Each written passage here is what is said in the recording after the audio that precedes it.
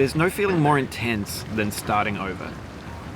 If you deleted your homework the day before it was due, as I have, or if you left your wallet at home and you have to go back after spending an hour in the commute. If you won some money at the casino and then put all your winnings on red but it came up black. If you got your best shirt dry cleaned before a wedding and then immediately dropped food on it. If you won an argument with a friend and then later discovered that they just returned to their original view. Starting over is harder than starting up. If you're not ready for that, like if you've already had a bad day, then what you're about to go through might be too much. Feel free to go away and come back. I'll be here.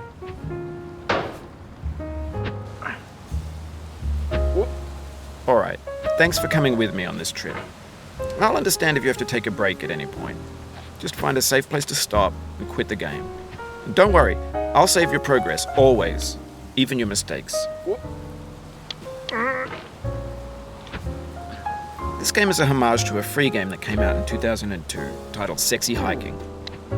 The author of that game was Jazzuo, a mysterious Czech designer who was known at the time as the father of B games. And B games are rough assemblages of found objects. Designers slap them together very quickly and freely, and they're often too rough and unfriendly to gain much of a following. They're built more for the joy of building them than as polished products.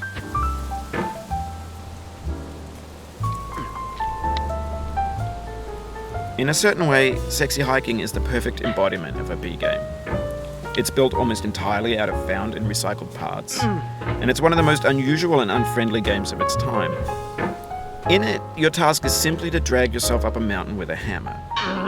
And that act of climbing, in the digital world or in real life, has certain essential properties that give the game its flavor. No amount of forward progress is guaranteed. Some cliffs are too sheer or too slippery, and the player is constantly, unremittingly in danger of falling and losing everything.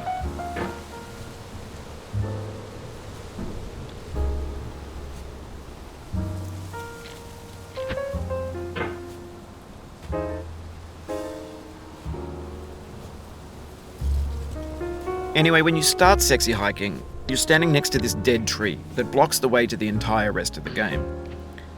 It might take you an hour to get over that tree, and a lot of people never got past it.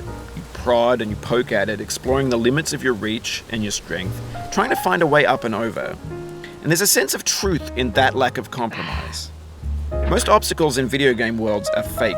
You can be completely confident in your ability to get through them once you have the correct method or the correct equipment or just by spending enough time. In that sense, every pixelated obstacle in Sexy Hiking is real. The obstacles in Sexy Hiking are unyielding, and that makes the game uniquely frustrating. But I'm not sure Jazzuo intended to make a frustrating game. The frustration is just essential to the act of climbing, and it's authentic to the process of building a game about climbing. A funny thing happened to me as I was building this mountain. I'd have an idea for a new obstacle, and I'd build it, test it, and it would usually turn out to be unreasonably hard. But I couldn't bring myself to make it easier. It already felt like my inability to get past the new obstacle was my fault as a player rather than as a builder. Imaginary mountains build themselves from our efforts to climb them, and it's our repeated attempts to reach the summit that turns those mountains into something real.